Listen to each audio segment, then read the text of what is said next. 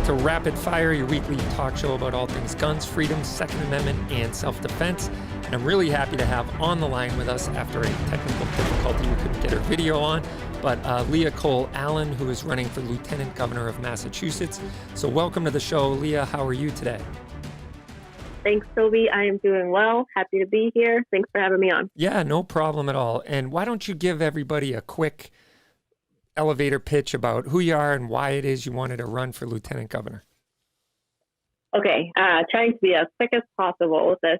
I am a registered nurse. I'm a mother of two. I'm a wife, and I am a former state representative. I was elected to the legislature when I was 24 in the city of Peabody, and that was coming off of, 3 indicted speakers for corruption, and then the fourth speaker being an unindicted co-conspirator.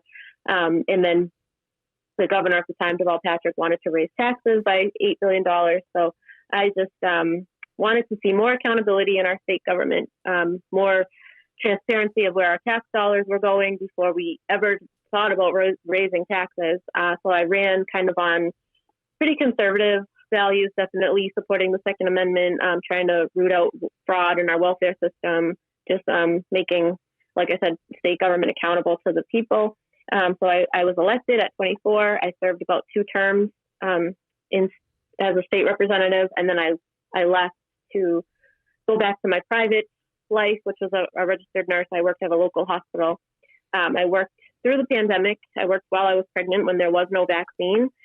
Didn't feel that the vaccine was right for me while I was pregnant or nursing my son. He's only 8 months old still. So there was no safety data that shows that it's safe for children or really even for the people that have taken it. But because of that, I lost my job as a registered nurse, and I served with Jeff Steele in the legislature. We worked on a number of things to protect the taxpayers and protect Second Amendment rights. And I saw that he was running for governor. And I originally just wanted to come out and support him because I think he would be a great governor. And then the conversation slowly evolved where I thought it was time for me to get involved again because now that I have kids, I just see kind of what's happening to our rights and the overreach of government throughout the pandemic. And I wanted to be able to stand up and push back on some of this and try to get some more conservative principles in the corner office to offset the really super progressive majority of Democrats that we have on Beacon Hill in the legislature. Yeah, I mean, you bring up some amazing points. I mean, the fact that you lost your job as a registered nurse after working through the pandemic as a pregnant woman, and even after you have your child, and they bring this vaccine mandate down and want to make you get a vaccine, which obviously the trials and everything else and the data of what the ramifications of that aren't even out. And yet, so you choose this,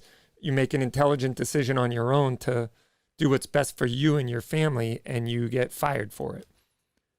Right. That's amazing. Very disheartening. Yeah. What happened on my body, my choice. Yeah, I guess that only applies to certain issues. I guess so.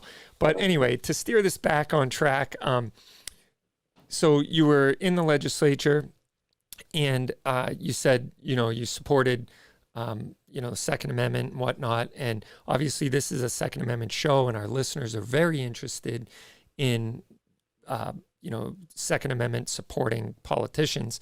And we had Jeff Deal on the phone, or actually in studio a few weeks ago, and people got to hear firsthand how he felt about it, how strongly he was.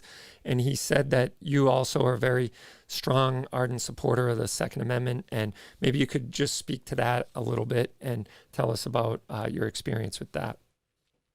Yeah, definitely. So we were talking a little bit about that before the break was over, but for the listeners, so admittedly, I'm a huge Second Amendment supporter. I'm not a big gun enthusiast, so I don't know a lot about guns themselves, but I am a licensed, I have my Class A license. I don't carry every day, but, and so one of the things that I was against when I was in the legislature was the suitability clause that was happening in Massachusetts, because when I applied for my Class A before I went into politics, in Peabody, I was denied. I was given a restricted. Wow. So then there was a big rally at the State House because there was a gun bill moving through the House, and we all got up and talked about, why we support the Second Amendment and stuff. And one of the things that I had said was, at the time I was in my mid-20s, I was a nurse. I applied for my Class A and I was denied, and I went on to obviously become an elected representative. And so my question was, if the police chief team that I was in unsuitable, then who are they deciding is? And so I ended up, through that question, being contacted later, and I was issued my Class A, but that's just not fair, because that was like a special, I guess, it's a right that was treated as a privilege because I guess I was an elected official. And so I'm actually really glad that the Supreme Court has struck down some of the laws that states like Massachusetts and New York and things like that, where your rights are determined arbitrarily by suitability that somebody else that doesn't even really know you can determine. Right. So definitely I'm a huge Second Amendment supporter. And I think it's, without the Second Amendment, all of our other rights are just on the table. So right. Definitely it's something that we have to fight for, because the culture of our country is, like in the media and everything, is very much against it. And we have to really be careful, because the next generation coming up is going to think that nobody needs guns, and they don't understand the history of our Constitution and of our country. So it's important that we fight for this stuff and make sure that the next generation fights to protect it as well. Right. And, you raise a number of good points, but here you're someone who's actually lived through the arbitrary application of that suitability clause, and were actually restricted in your license to carry when you weren't a prohibited person, you didn't have a violent criminal past, you were a good upstanding citizen and about to run for office, and you were a nurse. And it, like you said, if you don't meet the bill in this chief of police's mind, who does? Who fits the bill? Right. And exactly. And I guess nobody, just because they have the power to say no. Right. And frankly, he might have thought women shouldn't carry guns. Who knows? And because right. Yeah. And they don't have to explain. They didn't have to explain to me why. It was right. just at this time, where we're giving you this restricted license just for target practice and transporting or whatever it was. I forget now. Right. And so now this brings up a great question, because we have that Supreme Court decision you just referenced that came down last week, where they have removed the suitability clause from any type of, requirement to you don't have to give a reason why you want to exercise your Second Amendment right to a government or an unelected, official or police or chief of police or whatever. But, yesterday I heard or read that Maura Healey and even Governor Baker have both said that this doesn't change anything in Massachusetts. They're not going to change anything about how licenses are issued in this state. And I don't know if you heard that or not, but I'm wearing my shirt for the world to see today, and it's a picture of the state of Massachusetts, and it says tyranny, it's back. So here's a governor and an attorney general who are both saying that this Supreme Court decision, a majority opinion, a landmark decision, 6-3, that returns the individual right to keep and bear arms back to its constitutional intention. And they are saying that this changes nothing for Massachusetts, who does rely upon suitability. It does rely upon firearms training classes. It does, in some cases, have a arbitrary application of even that and require you to take a live fire course as opposed to just the 4-hour basic requirements. In some towns, they even require you to be a member of a gun club. And I don't see any of that in the Constitution. So right. Right. And it could be argued that all of those things are infringements. Right. I think, wouldn't the Supreme Court ruling, though, open the state up to lawsuits? I think one of the biggest things is that, the governor's race and lieutenant governor's race is obviously really important, but we also have to pay close attention to the attorney general's race. Exactly. We have Jay McMahon running on the Republican ticket, who's a strong Second Amendment supporter. We need somebody in the attorney general's office who's also going to fight to uphold the rights of the people. So, I think that if they want to keep these laws in place, then they need to be challenged in a court of law to to make sure that they're not infringing on people's rights. I couldn't agree with you more there. And it's unfortunate that we have to sue in order to get our rights restored. And I know. But that is the precedent that's been set in the state we live in.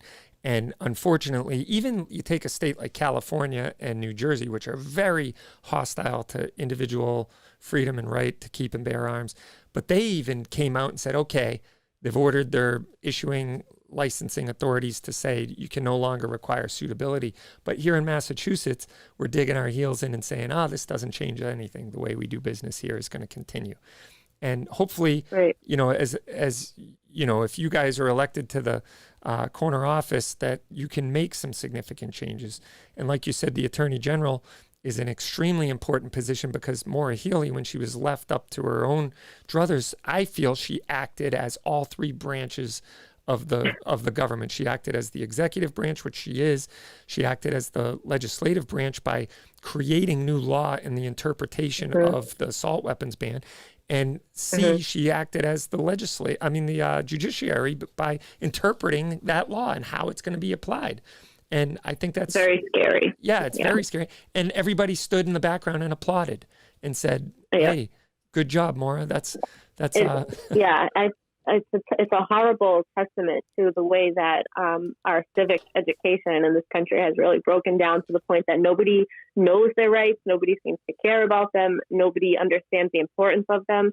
And as part of what Jeff and I would like to do is, replace the Commissioner of Education, and I'd really like to see a return to teaching some actual civics so that people understand that what Maura Healey did as Attorney General is really outside the scope of her jurisdiction as AG, and there's just so much work to be done.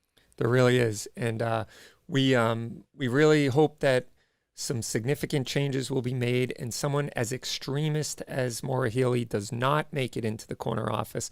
And I think that the Second Amendment is a very keystone issue that the last time a very hostile attorney general ran for governor was Scott Harshbarger, and he ran on the anti-Second Amendment, anti-gun platform, and he was soundly defeated, thank God.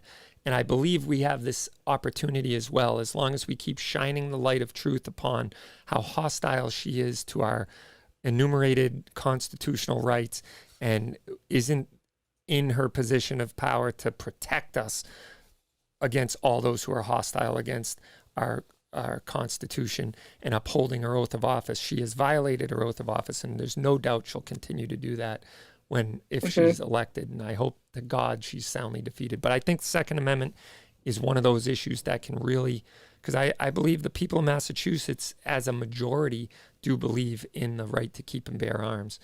And I think that they don't want their rights restricted any more than they already have been. And so that I think is a winning issue. So, Leah, how can people support your campaign and find you going forward? And, what can they do that would be a help to you? Yeah, so thank you. My website is leahcoleallen.com. There's a place there where you can find out more about where I stand on the issues. There's a contact page. There's also a place for donations if anyone feels so inclined.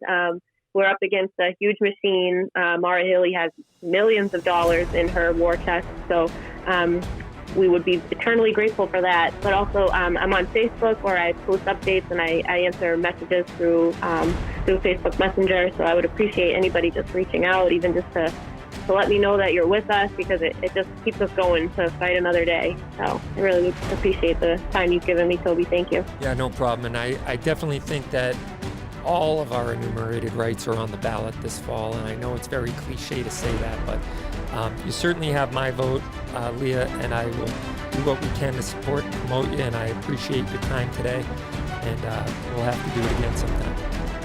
Yeah, definitely. Thank you so much. All right, and we're going to a break, and you should go to rapidfireradio.us and check out the latest Rapid Fire gear. Wear your Pro 2A shirts, proud, and your hat and flags from Rapid Fire Radio. Click on the Get Rapid Fire gear at rapidfireradio.us. We will be back after this. You're listening to Rapid Fire.